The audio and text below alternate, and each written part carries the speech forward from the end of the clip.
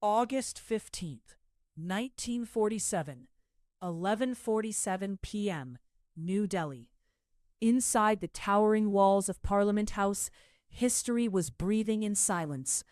Outside, millions flooded the streets, celebrating the birth of a free nation. Fireworks lit the skies, slogans echoed through the night, and the world believed India had finally won its freedom. But hidden beneath that celebration was a terrifying truth. India was free, yet it was dangerously close to collapse. The British Empire had left the subcontinent, but before leaving, it had planted a ticking time bomb.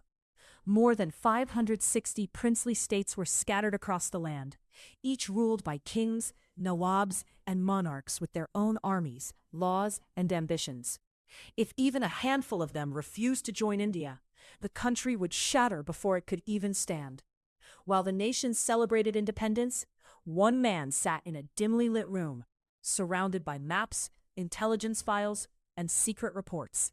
His face was calm, but his eyes carried the weight of a nation on the edge of chaos. Born in a simple farming family in Gujarat, Patel had risen through fire, sacrifice, and political warfare. To the public, he appeared silent and disciplined.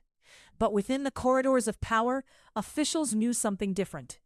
This was not a man driven by emotion. He was a strategist who understood that nations are not held together by speeches. They survive through ruthless decisions. As the horrors of partition consumed the streets with bloodshed, millions were fleeing across borders. Trains arrived filled with corpses, and entire cities burned in fear. At the exact same moment, powerful princely states like Hyderabad, Junagadh, and Bhopal began dreaming of independence from India itself. The country had not escaped disaster. Born inside closed rooms in Delhi, Jawaharlal Nehru focused on diplomacy and India's global image, while Patel quietly studied military strengths, trade routes, political loyalties, and the weaknesses of every princely ruler. Time was running out. He understood something few others fully realized. If these kingdoms were not united immediately, India could descend into civil war for decades.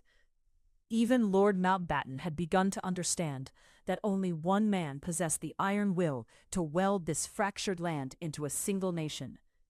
But the greatest battle was still waiting in the shadows. September 1947, Junagadh, a small princely state near the Arabian Sea, suddenly became the center of a national crisis. Its ruler wanted to join Pakistan, despite the overwhelming majority of its people wanting to remain with India. Panic spread through Delhi. If Junagadh succeeded, other states could rebel next, tearing the newborn country apart piece by piece. That was the moment Patel revealed the terrifying precision of his strategy. Economic pressure tightened around the state. Borders were sealed. Intelligence networks moved silently. Administrative control closed in from every direction. Within days, the state began collapsing under pressure.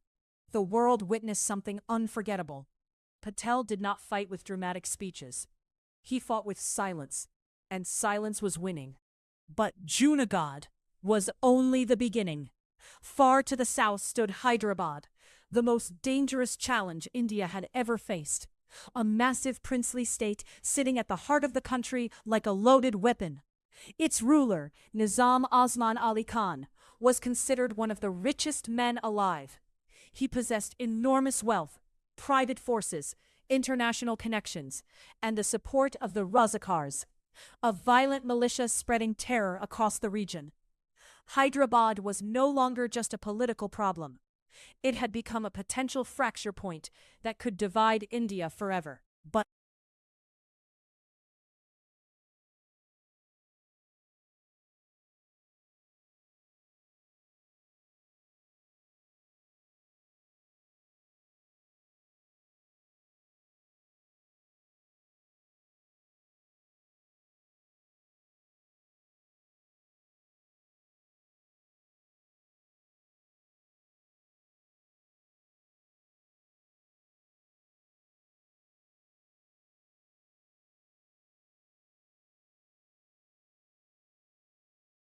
September 13th, 1948.